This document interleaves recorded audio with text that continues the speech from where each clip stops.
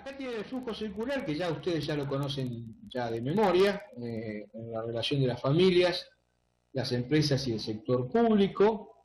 Acá ustedes ven las relaciones entre lo que son el sector público y las familias. Esa T que ustedes ven ahí es los impuestos que las familias le pagan al sector público. Esa TR son las transferencias que hace el sector público a las familias. O sea, cuando hablamos de subsidios, cuando hablamos de este tipo de transferencias que no recibe una contraprestación. O sea, supongamos de que yo hablo del subsidio universal por hijo, bueno, el Estado entrega ese dinero a las familias, pero no pide nada a contraprestación, ¿sí? Por eso es una transferencia, ¿eh? De la misma manera, el sector público mantiene una relación con las empresas, subsidiando, por ejemplo, el transporte, ¿sí? Pero no le subsidia a la familia, sino le subsidia a las empresas. En ese caso, ustedes tienen una relación directa de fondos que van del sector público a las empresas, pero por otro lado, ustedes tienen que el Estado le cobra a las empresas impuestos, de la misma forma que le cobra a las familias. O sea, esa T de impuestos es un ingreso para el sector público y es una salida para las empresas, ¿sí? Por otro lado, en esa relación, ustedes van a tener que existe una relación entre las empresas y las familias. Acuérdense que en este caso tenemos el mercado de factores de producción, donde las familias le entregan a las empresas factores de producción, o sea, estamos hablando de recursos naturales, no sé, tierra, ¿no es cierto? Estamos hablando de trabajo, de capital, de servicio empresarial, ¿sí? O sea, la organización de empresas. Todo esto, las empresas le pagan justamente a las familias esos, digamos, esa remuneración a los factores de producción. O sea, por el trabajo se le paga un salario, por los recursos naturales se paga una renta, por el capital una tasa de interés y un beneficio del empresario. O sea, todo esto estamos hablando del pago que le hacen las empresas a la familia. Entonces, las empresas, con esos factores de producción, más el insumo, más la materia prima, dentro de esa cajita negra que tienen de las empresas producen bienes y servicios finales. Esos bienes y servicios finales son vendidos a las familias, son vendidos al sector público, son vendidos al sector externo, a través de exportaciones e importaciones, y a su vez las empresas tienen sus ingresos, ya sea a través de las exportaciones, y con el sector externo, a través de ingresos directos si es con el sector público, y de la misma manera van a tener, digamos, las familias el pago a las empresas por la utilización de esos factores de producción. Entonces ahí ustedes tienen los distintos flujos, el flujo real, el flujo monetario y las filtraciones, que hacen a la conexión de todo lo que es las relaciones entre los cuatro sectores básicos que hacen a la economía, ¿sí? Entonces, cuando nosotros hablamos del Producto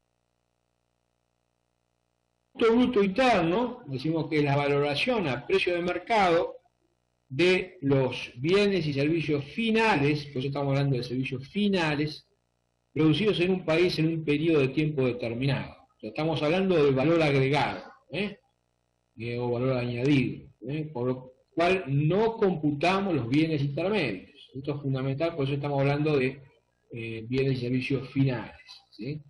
O sea, acá tienen, por ejemplo, dice la sumatoria de la producción de los distintos sectores es un valor de producción. Para llegar al valor agregado o producto hay que descontar los insumos intermedios para que no se vayan repitiendo en el cálculo, ¿sí? Este valor agregado va a estar relacionado a través de la retribución de los factores de producción.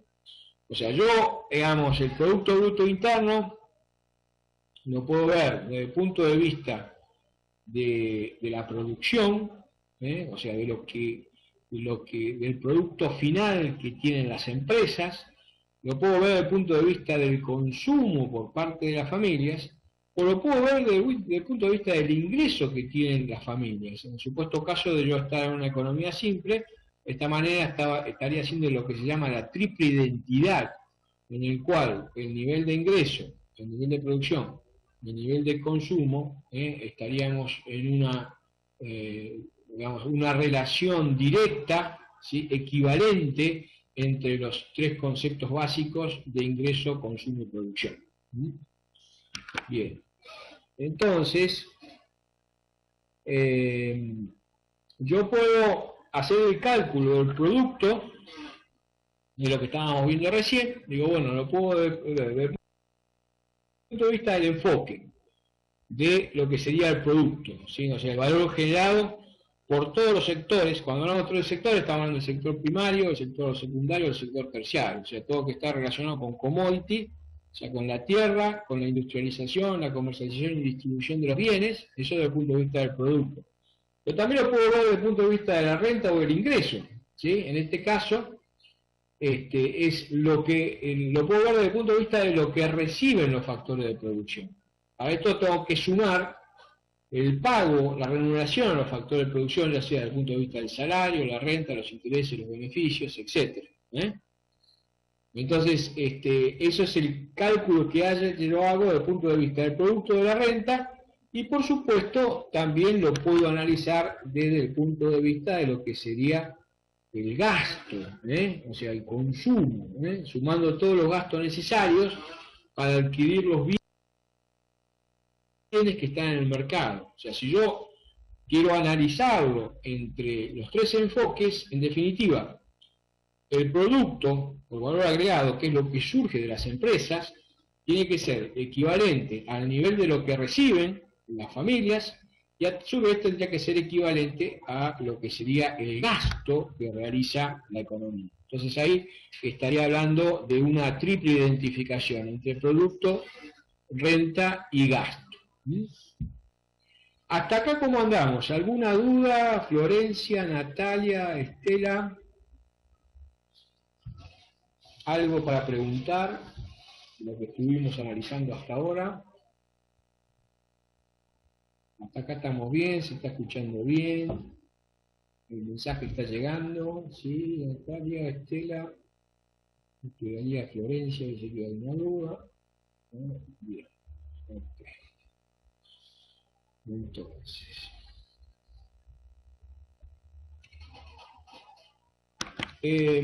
ahora vamos a ver a través de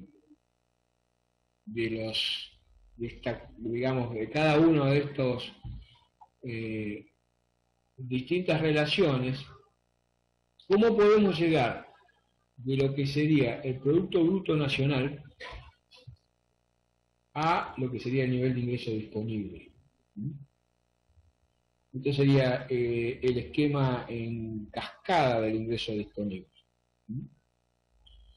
Ese digo, por ejemplo, ahora, supongamos de que yo estoy haciendo un cálculo, ¿sí?, relacionado con lo que sería el Producto Bruto Nacional. ¿Sí? Cuando hablamos de producto, acuérdense que es de todo lo que se produce en un país dentro de un periodo determinado, que podría ser un año, generalmente es un año calendario, o sea, el 1 de enero al 31 de diciembre. ¿Para qué? Para homogeneizar entre todos los países la misma metodología de trabajo. ¿Sí? Entonces, fíjense en que la primera de las columnas estamos hablando del Producto Bruto Nacional. En definitiva sería una expresión monetaria, un valor monetario, que puede estar expresado en dólares, que puede estar expresado en pesos nacionales de cada país, lo que fuese. En definitiva, yo tengo un valor determinado. Acuérdense que este valor está dado en la cantidad de bienes multiplicado por el precio a una fecha determinada, ¿sí? O sea, precio de valor nominal, ¿sí? Ahora, ¿qué diferencia tengo entre lo que sería el Producto Bruto Nacional y el PNN? ¿Qué es el PNN? Es el Producto Neto Nacional. Fíjense que la diferencia entre Producto Bruto Nacional y Producto Neto Nacional está relacionado con algo que se llama depreciación. ¿Sí? Fíjense que está como que está restando para poder yo llegar al Producto Neto Nacional, o sea, al PNN, le tengo que restar al Producto Bruto Nacional la depreciación. ¿Y qué es la depreciación? La depreciación es el consumo de capital. O sea, ustedes tienen un país, ¿sí?, que está produciendo bienes y servicios durante todo un año.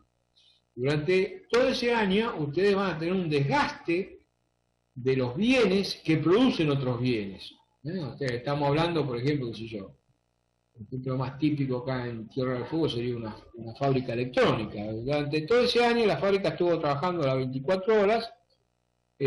Claro, son las maquinarias, las líneas de producción, ¿sí? Los vehículos que se desgastan, ¿sí? Toda la parte de equipamientos en general, las herramientas, todo eso hace justamente a un desgaste que se tiene. Entonces, al Producto Bruto, si yo le resto las depreciaciones, me va a quedar lo que se llama el Producto Neto Nacional, ¿sí? Ahora, cuando yo quiero pasar del Producto Neto Nacional, ¿sí?, a lo que sería el producto, digamos, a lo que sería el ingreso, al ingreso nacional, ¿sí?, al ingreso nacional, yo al Producto Neto Nacional le tengo que restar los impuestos indirectos, ¿sí? Entonces digo, ¿y qué son los impuestos indirectos? Bueno, desde el punto de vista impositivo ustedes van a tener dos tipos de impuestos. Aquellos impuestos que están relacionados directamente con los ingresos y los bienes de las personas, y aquellos impuestos que son fundamentalmente impuestos al consumo. Cuando yo hablo de impuestos indirectos, estoy diciendo que esos impuestos son impuestos regresivos.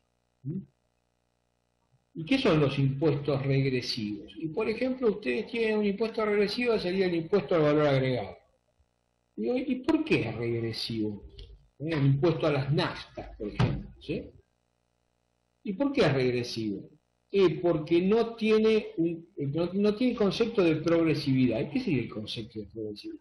Bueno, supónganse que ustedes tienen un almacén en el barrio que va a vender el almacenero 1 kilo de azúcar, ¿cierto? Entonces, si alguien que va a comprar ese kilo de azúcar, supongamos que van 2 personas a comprar ese kilo de azúcar. Entonces, una persona está ganando 5.000 pesos por mes y va a comprar ese kilo de azúcar. Y ustedes tienen otra persona que gana 600.000 pesos por mes, ¿sí?, y va a comprar ese kilo de azúcar. El impuesto que van a pagar, el impuesto de valor agregado que van a pagar, es exactamente igual, supóngase que el impuesto sea 1 peso con 20. Bueno, si va a pagar 1 peso con 20 de impuesto, bueno, va a pagar el mismo impuesto aquel que gana 500.000 o 600.000 pesos que aquel que gana 4.000 o 5.000 pesos, ¿no? Por eso es regresivo, porque no está en relación, no es progresivo de acuerdo a su nivel de ingreso, sino es regresivo, es un impuesto indirecto. Ahora, ¿por qué existen los impuestos indirectos? Siendo regresivos, siendo inequitativos. Lo que sucede es que los impuestos al consumo son una fuente de recaudación por parte del Estado y son de fácil recaudación y fácil control. Porque, por ejemplo, que el impuesto al valor agregado, cada comerciante, o sea, cada parte de la cadena de la producción va a exigirle a quien le está comprando un producto semi-elaborado o a una mercadería que a su vez la va a revender, le va a exigir la factura, le va a exigir que le dé comprobante respaldatorio, porque ese acto a su vez se lo va a tomar como crédito fiscal. Entonces, existe un autocontrol en toda la cadena donde se genera el consumo, que es fácilmente controlable, y a su vez, en definitiva, aquel que lo paga es el último eslabón de la cadena, que es el consumidor. Por eso, digamos, ese impuesto tiene la categoría de impuesto indirecto, ¿sí? O sea que, en definitiva, si yo al Producto Neto Nacional le resto los impuestos indirectos, llegaría a lo que sería el ingreso nacional de un país, ¿sí? Ahora, el ingreso nacional de un país no significa que es el dinero que los habitantes tienen en el bolsillo, ¿cierto? ¿Y cómo hago para convertir ese ingreso nacional en ingreso disponible? O sea, el ingreso disponible, en definitiva, lo que le queda a las familias para consumir o para ahorrar. O sea, sería el recibo de sueldo que ustedes ven en cualquier empleado, donde se le descuentan los impuestos y se le suman las transferencias, los subsidios, y le queda un neto a cobrar. Ese neto a cobrar es el ingreso disponible. O sea, con ese ingreso disponible, que sería el salario de bolsillo o el ingreso o el beneficio neto que le queda al empresario, o la renta neta que le queda al dueño del campo, ¿sí? Bueno, todos esos ingresos disponibles son los que van a ir al consumo y al ahorro. Ahora, ¿cómo hago para pasar de este ingreso nacional al ingreso disponible? O sea, ¿cómo hago pasar de la tercera a la cuarta columna? Bueno, a ese ingreso nacional le tengo que restar los impuestos directos, porque ya los indirectos se los resté, los impuestos directos. ¿Cuáles serían los impuestos directos? Bueno, son los progresivos. Voy a repetir. Los impuestos directos son los impuestos progresivos. ¿Cuáles son los impuestos directos progresivos? Y es el impuesto a las ganancias. O sea, se presupone que cuanto más alto sea el nivel de ingresos que tiene una familia, que tienen las empresas, van a pagar mayor impuesto. O sea, que progresivamente a mayor ingreso, mayor va a ser el nivel absoluto del impuesto. ¿Y qué son las transferencias? Ya lo estuvimos viendo cuando analizamos el flujo circular. Fundamentalmente son las transferencias, son aquellos montos, dineros que gira el Estado hacia las familias o hacia las empresas que no requieren una cotransprestación determinada. O sea, al subsidio al boleto del tren, al subsidio del transporte en general, el subsidio universal por hijo, a las familias, o sea, todo lo que sean transferencias, ¿qué pasa? Por eso lo estoy sumando, o sea, van a ser parte de ese ingreso disponible, de la misma manera que lo que me va a estar restando a mí, en definitiva, va a ser el nivel de impuestos, ¿sí? Entonces, de esa manera llego al ingreso disponible, que ese ingreso disponible, en definitiva, lo voy a utilizar o a consumirlo o a ahorrarlo, cualquiera de las dos alternativas.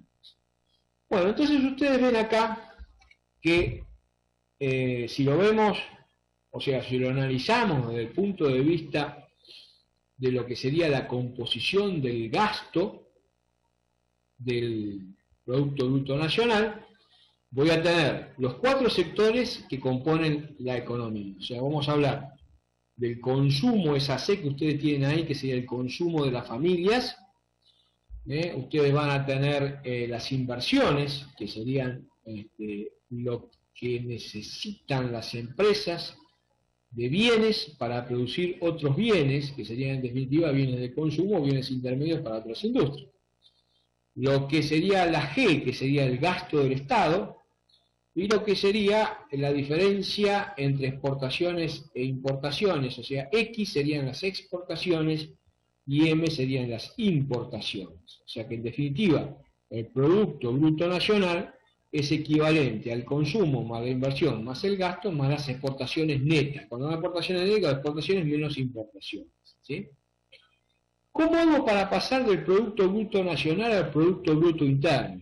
¿Sí? Porque fíjense en que cuando hablamos de Producto Bruto Nacional es todo lo que producen los argentinos estando dentro del país y fuera del país. O sea, estoy excluyendo a los factores de producción extranjeros, ¿sí?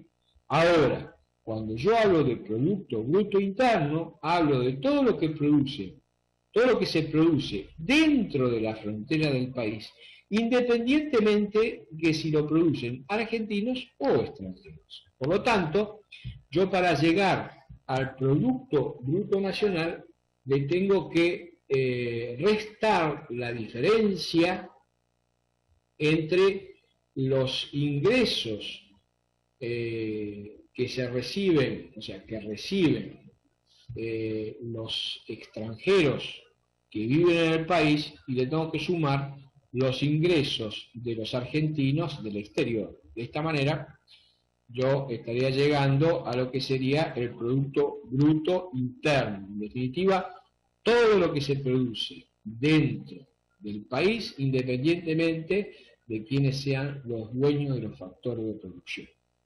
Ahora, para poder pasar del PBI al Producto Neto Nacional, como vimos anteriormente, le tengo que restar la depreciación, ¿sí? O sea, digamos, restando la depreciación al Producto Bruto Nacional, llego al Producto Neto Nacional, y de esa manera, restando los impuestos indirectos, llego a la renta nacional, y en definitiva esa renta nacional va a ser la sumatoria de los factores de producción. O sea, estamos hablando de la remuneración de los asalariados, la renta de los propietarios, el beneficio de los empresarios y el pago al capital financiero, que sería la tasa de interés. Esa sería en definitiva la participación de los factores de producción dentro de la